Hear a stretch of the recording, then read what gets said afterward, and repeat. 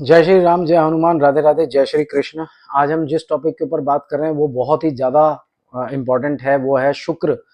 बहुत सारे एस्ट्रोलॉजर्स और बहुत सारे ज्ञानी पंडित भाई यही बोलते हैं कि शुक्र अच्छा हो आपका कुंडली में, तो शुक्र आपको जिंदगी के अंदर ऐशो आराम, बंगला गाड़ी, लग्जरियस लाइफ दे देगा।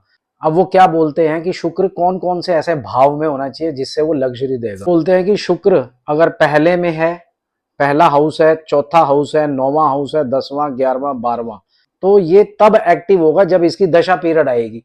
जब दशा पीरियड ही नहीं चल रही है तो शुक्र को मजबूत होने से क्या फर्क पड़ता है। ये 8 प्लैनेट्स भी तो हैं कुंडली के अंदर। अब ये तो कंफ्यूजन करने वाली बात है ना कि शुक्र को मजबूत कर लो, शुक्र के नाम से आप स्टोन पहन लो, शुक्र के इलाज कर लो, वाला कुछ भी। सबसे पहले आपने दशा पीरियड देखनी है आपके लाइफ में किसकी चल रही है। अब आप शुक्र को मजबूत करने लगोगे तो क्या सूर्य को छोड़ दोगे, बृहस्पति को छोड़ दोगे, शनि को छोड़ दोगे, राहु केतु, इतने सारे प्लैनेट्स हैं, सबकी दशा और अंतरदशा चलती है। अब आपकी बृहस्पति की दशा चल रही है, यानी जुपिटर की अगर दशा चल रही है, या शनि की अगर सैटर्न की दशा चल रही है, उसके अंदर अंतरदशा किसी और की चल रही है, शुक्र को मजबूत करने से क्या होगा? क्या लग्जरी आ जाएगी आपके लाइफ में? भाई मैं आपको हाथ जोड़ करके विनती करता हूं कि प्लीज लॉजिक के साथ अपने ये एस्ट्रोलॉजी को सीखो, या आप फॉलो करो ऐसे एस्ट्रोलॉजर को। अगर शुक्र की दशा चलती है तब शुक्र का जिक्र करो, तब शुक्र की प्लेसमेंट्स देखो।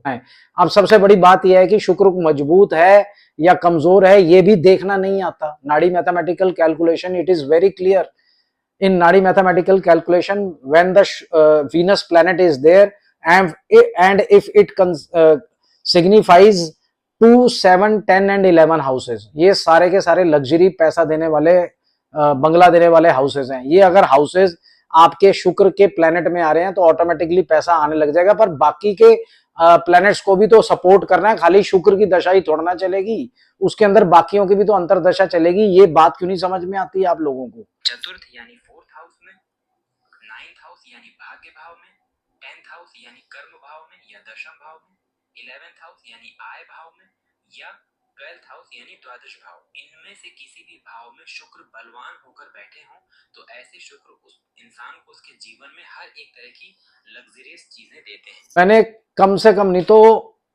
25 साल में लाखों कुंडलियों का अध्ययन किया है, उसके अंदर शुक्र इन्हीं पोजीशंस पे थे और कोई भी बलवान नहीं हुआ, कोई लग्जरी नहीं आई। उसका एक ही रीजन है मेरे भाई की दशा पीरियड देखनी है, वो किसकी चल रही है।